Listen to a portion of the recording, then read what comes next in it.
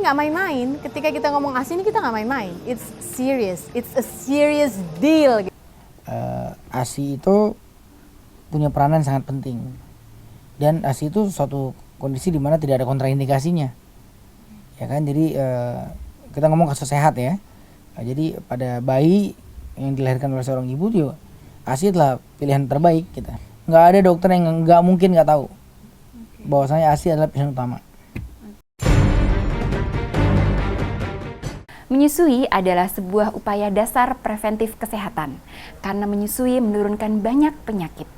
Menyusui menurunkan angka hipertensi, diabetes mellitus, penyakit jantung koroner, osteoporosis, dan berbagai kanker pada perempuan.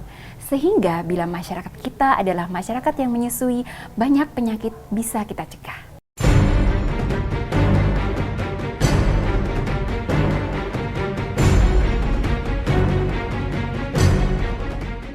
Sebenarnya setiap tenaga kesehatan sebaiknya membekali dirinya tentang menyusui. Karena apa? Kalau saya dengar, karena saya sendiri juga bukan dokter ya. Jadi kalau saya dengar tuh di kurikulum kedokteran sendiri memang informasi tentang menyusui belum komprehensif dan belum menyeluruh. Jadi memang sebenarnya ini bekal yang baik karena kita akan banyak sekali menjumpai pasien-pasien ibu menyusui yang membutuhkan bantuan. Karena kan semakin banyak masyarakat yang melek akan menyusui, maka semakin banyak orang akan mencari dokter mana yang bisa membantu mereka untuk bisa tetap menyusui anaknya. Jadi saya rasa ini acara yang sangat baik. Dokter manapun yang ingin mengetahui lebih banyak, dan mungkin juga dokter ini memiliki keluarga sendiri, atau mungkin istrinya, atau dianya sendiri, dia dokter perempuan yang ingin menyusui anaknya. Ini informasinya akan sangat bermanfaat. Karena lagi-lagi menyusui itu investasi jangka pendek, investasi jangka panjang. Buat diri sendiri, bagi seorang perempuan yang menyusui, buat anaknya, buat keluarganya, karena tentunya uangnya bisa buat yang lain daripada dia harus beli yang lain. Banyak saya dapat pasien yang, aduh dok, payudara saya rusak gara-gara nyusuin. Jadi salah. Bukan gara-gara nyusuin terus payudaranya rusak. Gara-gara menyusui yang salah makanya payudaranya rusak. Saya rasa sampai detik ini memang belum, waktu kita sekolah kedokteran itu juga bagian anak, juga saya rasa kebidanan, kayaknya sedikit sekali alokasi waktu yang untuk bicara tentang ASI dan menyusui. Sehingga umumnya akan mendapat kesukaran kalau membantu ibu kesukaran menyusui, karena informasi itu kita belum dapat, kita tidak dapat sampai detik ini yang cukup alokasi waktunya. Jadi kami adik-adik ini berusaha ingin sharing saja buat para dokter-dokter ini terutama, karena mereka setelah bidan mereka ke tangan pertama, tembok pertama untuk menginformasikan bahwa misalnya menyusui itu bukan buat bayi saja, tapi buat ibunya. Menyusui itu bukan hanya berdua, tapi ayahnya penting. Ya, hal-hal begitu yang mungkin belum terinformasi, karena penelitian tentang menyusui ini yang terakhir saya punya Juli 2013. Bahwa ibu-ibu dibandingkan ibu yang menyusui 4-6 bulan dibandingkan sama ibu menyusui 1-2 tahun. Ibu yang menyusui sampai 1-2 tahun ini 22% risiko Alzheimer-nya akan turun. Jadi jarak jangka panjang kegunaan menyusui pada ibunya nih banyak sekali sekarang baru bermunculan gitu. Dan hal-hal ini hampir jelas adik-adik atau anak-anak yang baru jadi dokter tidak ada di sekolahnya gitu. Nah, alangkah baiknya kalau minimal terinformasi garis besarnya tentang apa menyusui dan ASI yang sebenarnya.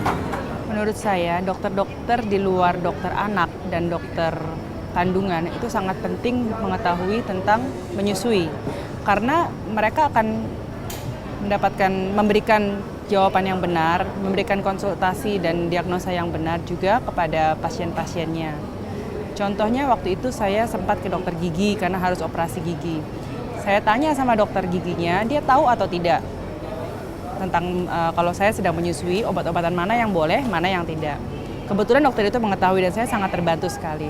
Lain halnya waktu saya pergi ke dokter umum, saya tanya, saya punya penyakit dan dia mengusulkan satu obat. Kemudian saya bilang saya menyusui dan dia kebingungan mencari di MIMS, di buku-bukunya tentang ini obat ini aman atau tidak. Akhirnya dia telepon ke bagian lain dan bagian lain itu mengatakan obat itu nggak cocok. dan akhirnya nggak jadi diberikan. Tapi kelihatan sekali kalau pengetahuan dia itu sangat minim. Jadi kalau di yang saya tangkap nih ya, kalau di dunia ASI itu sebisa mungkin ASI. Ibunya nggak ada ASI, cari ASI orang lain. Dan namanya donor ASI. Segitu pentingnya itu ASI. Dan di Al-Quran sendiri sudah dijabarkan. Nah, tinggal nanti kita pelajarin detail-detailnya. Jadi di sini tuh aspeknya mencakup tidak hanya aspek medis. Nah ini mungkin yang penting bagi kita tenaga medis. Kita tahunya aspek medis. Gimana posisi memberikan ASI yang benar? Dokter belum tentu tahu. Gitu. Karena itu udah ada ilmunya lagi gitu. Terus bagaimana cara ngerawat payudara supaya nggak pada saat ASI nggak bisa dikeluarkan. Jangan sampai peradangan mastitis gitu. Kalaupun sampai mastitis harus kemana? Harus diapain dulu gitu. Apakah langsung dibeset dikeluarin gitu. Jadi nah itu kan belum tentu dokter umum tuh paham. Nah itu yang saya pikir perlu dijabarkan. Satu hal lagi yang saya pikir ilmu yang saya dapat dari seminar ASI begini itu bagaimana peran suami ya, walaupun cuma ngurut-ngurut dada doang, ngelus-ngelus punggung doang, itu ternyata sangat melancarkan ASI. Nah jadi hal-hal seperti menyenangkan istri pada saat mau ngasih ASI itu sangat melancarkan ASI. Belum lagi ada namanya sindrom tuh setelah melahirkan, ada sindrom ya, ada beberapa sindrom yang bikin wanita tuh tertekan, depresi. Nah itu yang bikin dia akhirnya tidak istri itu tidak seolah-olah tidak peduli pada bayinya. Nah hal-hal begitu saya baru paham setelah saya ngelewatin gitu. Oh ternyata ada ini, ternyata ada ini. Jadi kita ngelihat ngapain sih ini ibu kok nelantarin, ternyata dia lagi stres. Gimana dia nggak tidur? Saya ngelihat istri saya nggak tidur, kurang tidur, orang nyusin bangun, nyusin lagi bangun, nyusin lagi gitu. Jadi kalau kita nggak ngelaluin, nggak baca, ya kita pikir itu masalah sepele. Tinggal gampang, tinggal ngasih susu doang, tinggal pencet keluar gitu, tinggal deketin keluar, kayak nggak segampang itu ternyata. Keberhasilan mendukung ibu menyusui ternyata membutuhkan banyak bantuan dari rekan sejawat lainnya. WHO menganjurkan agar bayi mendapatkan ASI eksklusif selama 6 bulan dan terus tetap menyusui hingga 2 tahun atau lebih. Bukan tidak mungkin selama kurun waktu 2 tahun atau lebih tersebut, ibu menyusui sakit atau mengalami masalah dengan menyusuinya sehingga membutuhkan bantuan dokter dan tenaga kesehatan lainnya untuk mengatasi masalahnya. Karena nggak ada lagi yang memperjuangkan ASI. Yang memperjuangkan hak perempuan dalam bekerja, yang memperjuangkan kesetaraan gender, yang memperjuangkan hak upah minimum buruh, itu udah ada semua. Yang memperjuangkan ASI bisa dihitung pakai tangan, jari. Hashtag dokter siap bantu ibu menyusui. Artinya apa? Artinya kita memandang bahwa ibu menyusui adalah aset yang besar untuk bangsa ini. Karena tidak hanya satu bayi yang diselamatkan kalau seorang ibu bisa menyusui. Kita menolong menyusui, kita bisa menyelamatkan seluruh keluarga itu. Dan ibu yang sudah kita tolong bisa menyusui, dia mungkin akan menyebarluaskan apa yang dia ketahui, apa yang dia alami kepada relatifnya yang lain. Sehingga menurut saya, kalau dokter siap bantu menyusui, dia juga akan bisa membantu mencerdaskan, meningkatkan kualitas generasi penerus bangsa ini.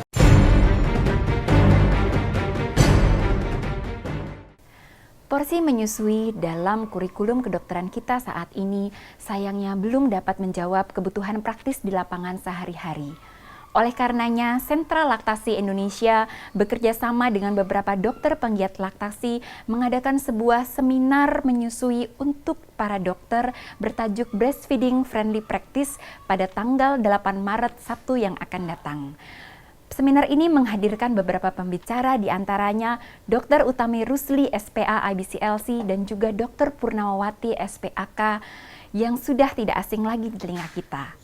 Yuk teman-teman, kita bantu ibu dan bayi Indonesia untuk jadi lebih sehat, kita bantu Indonesia untuk menjadi lebih baik dengan menambah ilmu terkait menyusui pada seminar ini. Mari kita sama-sama mendaftar melalui website www.seminar.menyusui.info.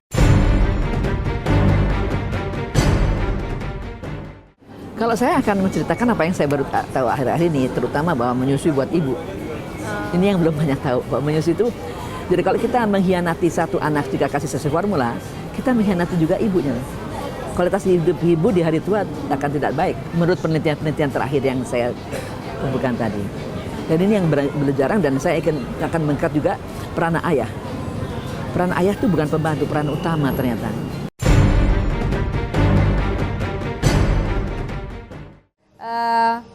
Fondasi awal anak lahir pertama kali dia mangap, apa sih yang dimasukin di mulutnya? Kan nggak mungkin kita masukin rendang jamur atau apa, kan nggak mungkin kan? Karena masyarakat kita kan taunya melahirkan itu harus ke rumah sakit, di mana kita letakkan harapan kita dan kesehatan kita.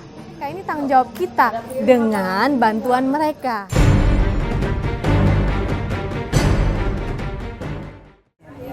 Di seminar ini kita cukup membahas problem menyusui secara lengkap, mulai dari bagaimanakah sebetulnya layanan kesehatan ibu dan anak yang terbaik yang bisa kita berikan. Tidak cukup hanya menjadi dokter yang memberikan resep pada setiap pasien, tetapi seorang dokter juga harus memperhatikan apakah si bayi mendapatkan kecukupan ASI dari ibunya dan apakah ibunya nyaman proses menyusuinya. Kemudian kita juga akan mengulas bagaimana komunikasi dokter pasien sehingga hubungan antara dokter dan pasien bisa terjalin lebih harmonis. Selain itu tentunya kita akan mengupas topik-topik tentang tantangan menyusui, bagaimana kita memberikan bantuan teknis medis yang sesuai dengan masalah yang dihadapi oleh ibu.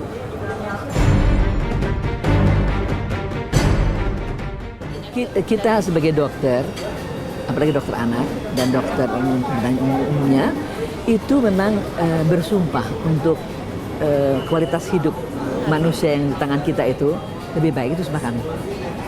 Dengan mengetahui tentang ASI dengan benar, ini salah satu mempermudah kita mempertahankan sumpah untuk memperbaiki kualitas hidup anak bahkan ibunya.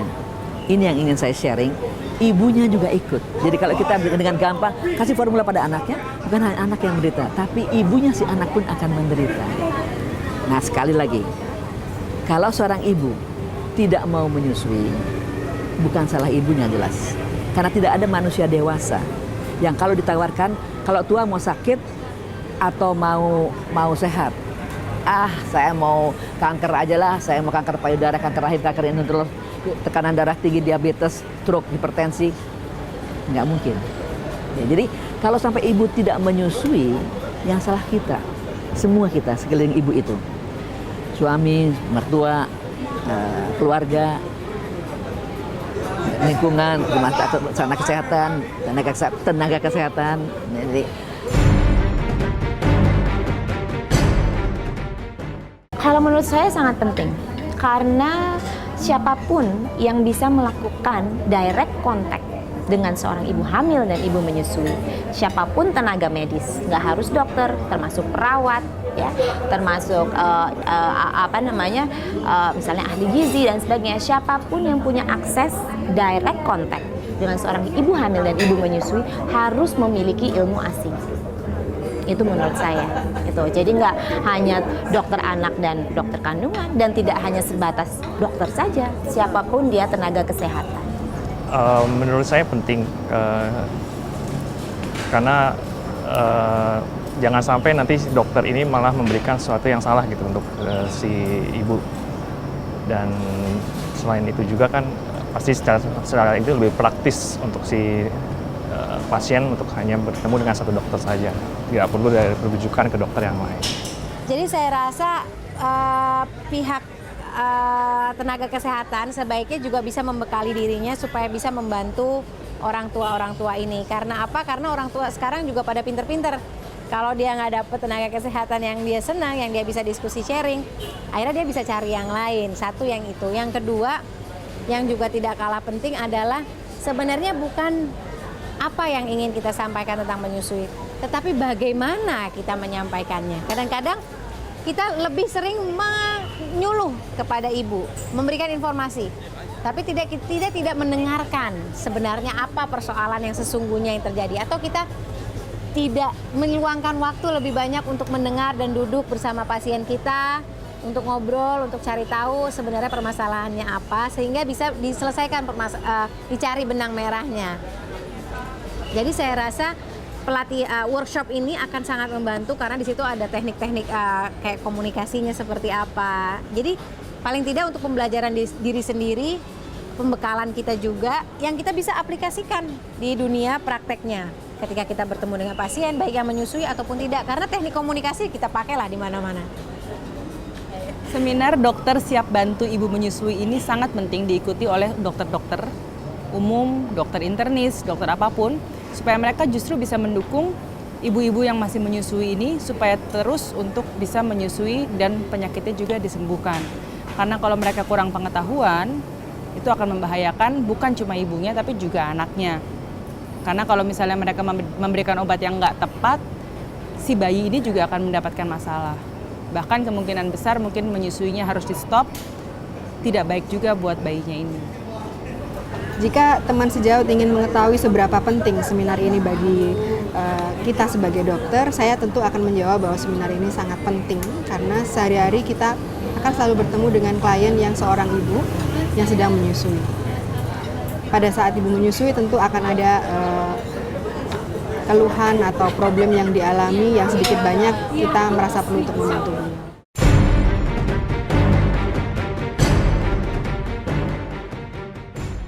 Bu dokter dan Pak dokter yang baik, yuk ikut seminar breastfeeding friendly practice biar ibu menyusui seperti saya merasa lebih aman, merasa lebih tenang ketika datang ke dokter karena yakin bahwa Pak dokter dan Bu dokter yang baik sudah mengerti dengan baik tentang ibu menyusui kebutuhannya seperti apa. Jadi saya pikir saya mengajak teman-teman sejawat yang punya keingintahuan ataupun berhubungan langsung dengan pasien-pasien yang di lingkungan di skup ini ya untuk bisa terlibat dan ikut serta dalam seminar ASI.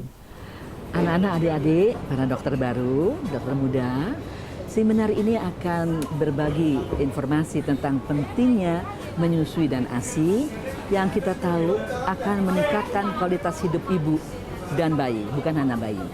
Dan kita sebagai tenaga kesehatan, apalagi tombak pertama, kita akan menghadapi banyak ibu dan bayi yang kita bisa selamatkan kalau kita terinformasi dengan benar tentang ASI dan menyusui.